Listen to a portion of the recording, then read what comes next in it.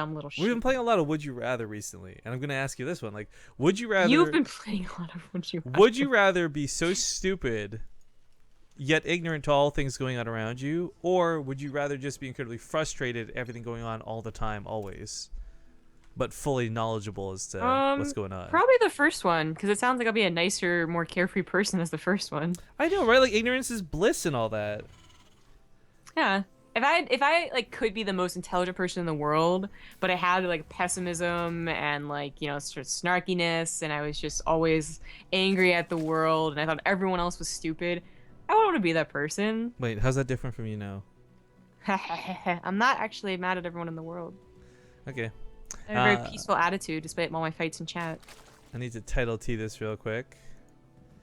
For Jonsnow the barcode. Thanks a lot, I get in Jon fake Snow. fights a lot. You get in real fights. Wow, I want to fight you about this statement. Okay. Okay. Doesn't look pretty on the overlay, but it's there so you guys can read what's going on. We are getting into game number 1 in a brand new best of 3. This is in the round of 8 for the Lycan League. In the top right side of Dusk Towers, playing on the European server, it's going to be the blue Zerg player, the barcode, Jonsnow. In the bottom left, as the red Terran, it's Healer. Okay, so I had mistakenly kept thinking this guy's name was Sealer on the brackets. There's, I believe, a Protoss player under that name. Healer is not somebody I think I've ever heard or seen of before, but he's Grandmaster Terran player, so we do know that this isn't going to be a cakewalk for Jonsnow. We did see him struggle just now versus Zan, who, in my opinion, again, I really like Zan, guys. I'm on his side for many things. I don't think he is the greatest Terran player out there, so watching Jonsnow sort of struggle in that situation doesn't make me feel too confident in his matchup styles, but maybe that was specifically just Zan. Could be. It also, like, I don't want to say it, like, lazy's not quite the right word, but it was like, did he really take it seriously? Because he did the same build over and over again. Yeah, and Roach if you're Ravager. facing someone that you think you're gonna win against anyways, you just do the same kind of all-inish build with Roach Ravager +1 timing. It's like, it's like A, it's like practice for perfecting the timing, and B, it's just like trying to get the game over with and done with. So, in that case, losing that second game, I guess, wouldn't have been such a bad blow for him. Almost losing the third game, though, like, he never was at the point where he was almost losing, but I guess almost throwing away a lead after those Reapers, though, was a little concerning. Yeah. So potentially Reapers on another map other than Dust Towers could be the way to go for Healer. Well, actually, it's worth noting, too, like in those weird vetoes where we didn't have Dusk Towers or any of the more standard maps may have also been a bit of a factor. Yep. We do have Healer. He went for a command center first and then really quick double gas to get up to that factory. Got a tech lab on it, actually. I thought he was going to go for tanks. Oh, he still is. Okay. So yeah, tank drop potentially, or just tank Liberator. Tank drop and a Liberator. Mixture somewhere. Yeah, I mean, you're not making Cyclones in this matchup. If you are, you figured something else out that no one else has. Or you're option 1 and just ignorant and silly. Yeah, exactly. So, okay, I really think it's going to be a tank drop. Tank drops themselves aren't really that scary, but combined with the second tank drop, combined with the Liberator, they're good. Defensively, they're quite perfect against most things since no one goes for 2-base mutas anymore. They're good against Nidus Worms, they're good against just a simple Roach push. What the shit? Oh, it's going to be like tank with Liberator range. Okay, then. As you say, this looks more akin to the bunny build. I want to get excited for different reasons, of course. You all know what I cheer for when I see a fusion core, but if this is actually going to be the sort of bunny build version, I'm not sure I'm super keen on this. This is not a map where there's even that much range to abuse in the first place for those Liberators, as all the edges of the map are pretty close, so it's going to be really hard to actually find those sweet spots. But in the main and the natural, for certain, are two places he could take advantage of. Okay, alright. So there's that tech lab that was built, like that he like swapped over. He didn't even use the reactor, did he? Oh no, he built a medevac and a Viking at the same time. Yep. Very interesting. This is kind of cool, actually. I like this because the tank drop can certainly distract and maybe cause Jonsnow to think a little bit too much on this and less about Liberators. This bunny build that we're referring to with Liberator range is something that's not so common right now. It's becoming a little bit more popularized, and it really does seem like it is fairly map specific, which Thinking back on it, may have been why Jonsnow vetoed it if he was worried about Zan using it. However, here on Dusk Towers, we'll see what he can get done with it. Liberator range is really best used for harassing mineral lines, and you're not going to see it too often used to abuse like frontal pushes. Also, small graphical glitch. The Vespine Geyser kind of pokes through the extractor, I guess, apparently. That looks really weird. Oh, apparently. All right, so while dealing with the tank drop is not really such a big deal for Jonsnow, I think a bigger deal is that he has not thought about scouting for a little while and does not know about the follow-up of the Liberator range. Yeah. So unfortunately, Ravagers, if they mess up, they can shoot them, but ideally you just can't touch them. What's actually kind of cool, I didn't consider this either, by going for that Viking first, he cleaned up a lot of the Overlords that would have seen the Liberators coming. So really, this is one of the first glimpses that Jonsnow's going to have, but healer, I guess protecting the tank for now? I don't know. This is a weird way to set this up. Yeah, very weird. It works out, surprisingly. Rip. Oh, never mind. No, it doesn't. Nope, that did not work out then.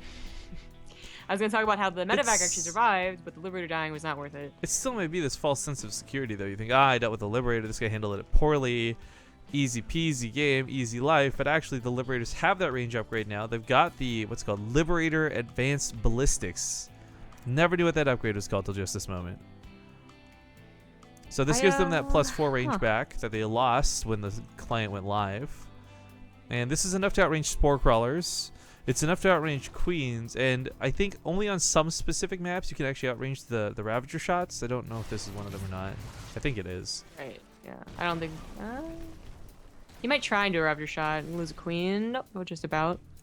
But yeah, obviously the Spore Crawler definitely does not help that much, and the Ravagers potentially cannot shoot that, so the only response is either to attack and all in, basically, or try and wait for a Spire, which is a lot of lost mining time, especially since Healer is going for multiple Liberators. Yeah. Not just one, not just three, he's going up to 5 now. There is a problem in that he doesn't have a lot of units otherwise, and he is going into mech, I'm going to guess, with these 2 extra command centers and nothing but, Liberators and tanks, but... Even cool so, there's not a lot of units. I feel like, okay, so there's not a lot of units, but there still might be just enough units, as silly as that sounds. Like the Ravagers getting a range of things to actually get the Corsair Battles off is going to be very difficult, with the Liberator range and the Siege tanks both zone them out at about almost 13 range. Meanwhile, the Minion has been denied mining, a couple of Queens were picked off as well, and the Liberator at 9 kills so far. Yeah, this has so far been a really nice build, especially like that it's on Dusk Towers, so that third was a lot easier to defend with the limited number of units. He even started making a supply depot wall to really help out, make sure that the third base wasn't going to get busted. But as with mech, as it is mech, basically confirmed, double armory right now. The problem is usually not like the early game or the mid game, it is the late game. I want to just pull those away, wouldn't you? Well, Jonsnow is not only going to lose the drones from this, he'll lose the eggs, he'll lose the larva. There's a lot of ways this goes poorly. Funny enough, that does damage to his own spawning pool, thanks to the Ghost of Miles. And wow, Healer actually took the gold base of this one out. I didn't realize. He floated the command center. There are rocks that are here naturally, and you typically aren't going to scout this unless there's an Overlord down here. So he should get away with this for a decent amount of time. This is a very different way of playing Terran, but I almost fault this. Like, again, I hate being that guy who's negative. I don't think this is Healer getting away with the most amazing build of all time. This is Jonsnow reacting so poorly to it. I mean, there was a time where a lot of Zerg players were going blind Corruptors because of the amount of Liberators being used in StarCraft 2. Not so much anymore, sure, but this has still gotten way too out of hand. I mean, going for Infestors, I don't know. Like this many Siege tanks, there's going to be a depot wall, there's going to be turrets, there's going to be Liberators on top of this. Infested Terrans and Fungals aren't going to break this. I agree. There is a problem right now with like the bunny build. Is usually what we see, not this build, but still where the Liberator range really does throw people off because most Zergs are going for roach-based attacks or defenses or just macro games, to be honest. Like they're really not getting a Spire that often. So you're taking a big chance because if they do go for early Spire, your Liberators are going to get, pushed away really quickly. But in, cases like this, the chance really paid off. Jonsnow maybe stood a little too stubborn, really waited a long time to get that Spire, didn't expect multiple Liberators, and we can't really blame him for that, who would expect more than 2 or 3. And had he known all of this, that his opponent is a mech player, his opponent does this Liberator build, he gets that fast respire. He deals with it. He, mass expands like you do against a mech player, and then he just rushes to hive. And point is, like, the late game is Zerg's territory. Even against mech, where mech used to be like, if you got late game mech, like, everyone else is in trouble. Now it's usually more to the Zerg being the one that's really scary. Right, let's actually discuss this really quick. Upgrade coming in that a lot of you guys might not recognize. It's called the Magfield Accelerator. It gives the Cyclone Lock-on ability 400 bonus damage versus armored units exclusively. So it will still deal the same amount of damage to Ravagers and Lings, but it will deal 400 more damage over time to Ultralisks, to Roaches, etc. And considering for a moment that this is a spell first off, so armor does not mitigate the damage of it, if this goes off perfectly, you can actually kill an Ultralisk in one lock-on, 500 health versus 800 damage. Mm-hmm. Not to mention Liberators and tanks from above. I mean, we've been yearning for a player to make mech work, but I really feel, and again, as much as I'm stoked to see this sort of composition, I just feel like this is so much less on Healer making this work and so much more on Jonsnow just playing this very confused and just what do I do? This is not something I think he would do on another map. Even another map that would be like suited for it, like Orbital Shipyard, I'm guessing. I think if he does it again, then Jonsnow has a much better response, and ideally, like a perfect, versus mech game denies this 4th and 5th base. Has Mutas scouting for that base in the bottom right now, which still I don't think has been scouted. No, honestly, Jonsnow seeing that 4th base, or the 5th base, sorry, that he just saw, is already like crushingly bad. Like, you done fucked up, right? Versus mech to let that happen. But to have a 6th base you just don't know about, that's messed up. This concave of tanks isn't even assisted by the Liberators. Now they come into the fight, and this was already going pretty well before the Liberators got involved. This was a very awkward fight. Jonsnow, by the way, could have, should have, would have, like, gone to the north here, picked off these turrets for free, and then maybe just wrapped around elsewhere. The Corruptors can certainly get a lot done too. All these planetaries are actually not a good thing. Corruptors' caustic spray, whether it's or Broodlords even, could easily take out a lot of these bases. Yeah. I'm so astonished that he got away with this gold, by the way. I'm still flabbergasted that this is what it is. Everything is on the Zerg right now, but it's also just like Healer brought out a style and a build that was unique, and it's not, you can blame Jonsnow for, I suppose, not reacting correctly, but you can't really blame him for not expecting it, I guess is the best way to put it, because like, we didn't expect it, and we saw like everything unfold as it happened. So for certain. This wouldn't happen again. I wouldn't be surprised if Jonsnow should it become that stage of versus mech where you keep on like ramming your head into a wall, he just taps out because it's like not worth a 30-minute game when you figure, okay, I already like this should never have happened in the first place. You should never have gotten to a 4th or a 5th. And just goes on to the next game, whatever map that would be. I forgot about this upgrade. It's so very rarely used. Shrapnel shells. This increases auto turret damage and seeker missile damage by 30%. Now the seeker missile's doing a little more damage is kind of cute. It's really only like 30 extra damage. It's nothing too insane. What I like is the auto turret damage. Auto turrets actually do a stupid amount of damage right now because they last for such a short amount of time. So if you really want to burst something down, drop 4 auto turrets in a mineral line with that upgrade and everything dies. So this is a fairly scary mech army, but it's not actually as scary as I was. Parasitic Bomb and the Liberator is going to take care of those pretty quickly. Yeah, loses a Viper or two without any like blinding clouds though, and that kind of sucks. Well, there's nothing left to shoot up is the problem. Yeah, they're still going to win. Like, tanks and Hellions are cool, but unfortunately none of those things shoot up. So now on the retreat with the Broodlings on top of the army. Hellions, please clean up these Broodlings for the tank. Yeah. So, like, again, the mech army was like kind of scary, but not as scary as it could have been. Actually, I think this is game over. Probably. He lost everything he had set up to stop the Ultras. With all those tanks dying, the Liberators going down, he's making Vikings to deal with the Broodlords, which is a good choice, but how do you deal with the Ultras and the Lings and the many things coming out underneath this? Planetary Fortress and a handful of tanks? That's not going to last too long. The mass cyclone way of playing mech is dangerous and can also be susceptible to fungals and broodlords, but I still think it would have been a better army than one that he had. Not having Vikings and not being able to spread out his anti-air at all, whether it be Liberator or Vikings, was also a big problem. It was a mishandled engagement, but it's also just, showcasing how questionable mech is in general right now, whether it's early, mid, or late game versus Zerg. No cancel, but a kill on that command center. Hoping to get planetaries up in the middle of the map to create some chokes, some blocking pathways. As funny as it is, the Vikings actually don't have a lot to stop them. A couple of parasitic bombs for certain, but if they can survive that, there's only there's no corruptors really. He focus fired on the one that had the most energy, which is kind of nice. So the Vipers are kind of useless right now. Nothing on the ground to help out. No Queens providing those transfuses. Hellions ran right up to that Ultralisk army. Was like, come on, really?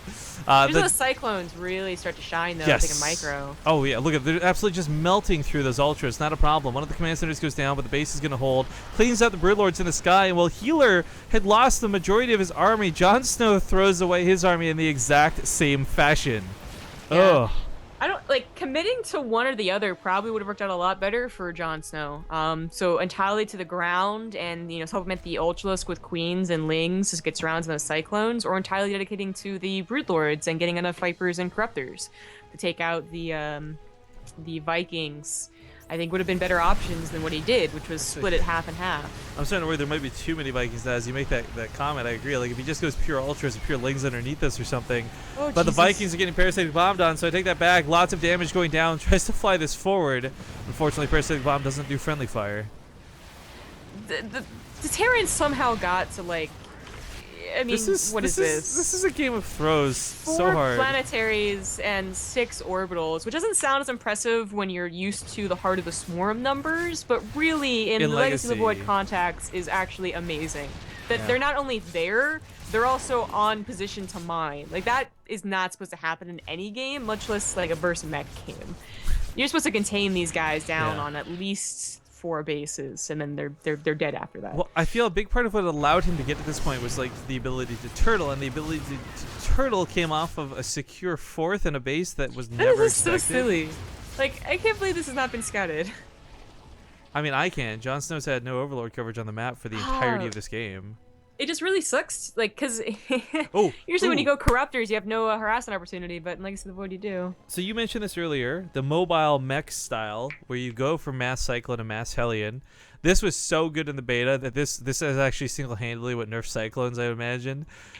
It is susceptible to fungals, if you can get those fungals off. Unlikely to happen, but if you do, this army holds in place, and none of these units have a lot of health. 90 on the Hellion, 120 on the Cyclone. These things go down pretty quick.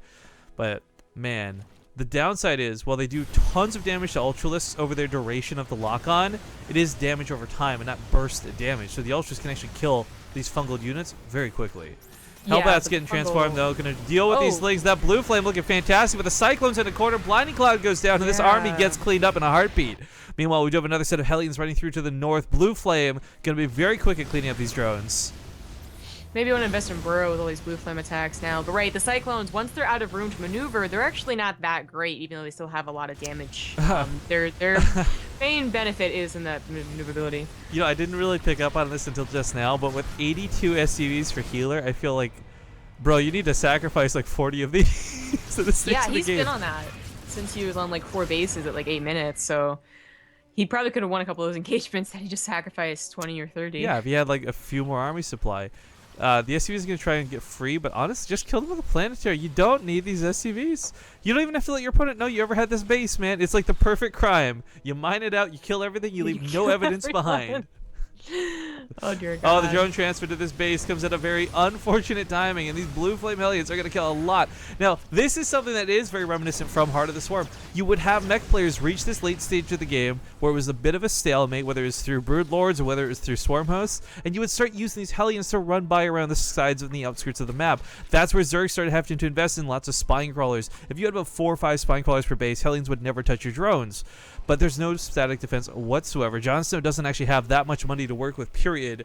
And this game has turned into a wonderfully disgusting late game TvZ where we see mech work for one of the very rare instances in Legacy. Oh, that fungal. Oh, where is the parasitic bombs with that fungal? That would have been beautiful.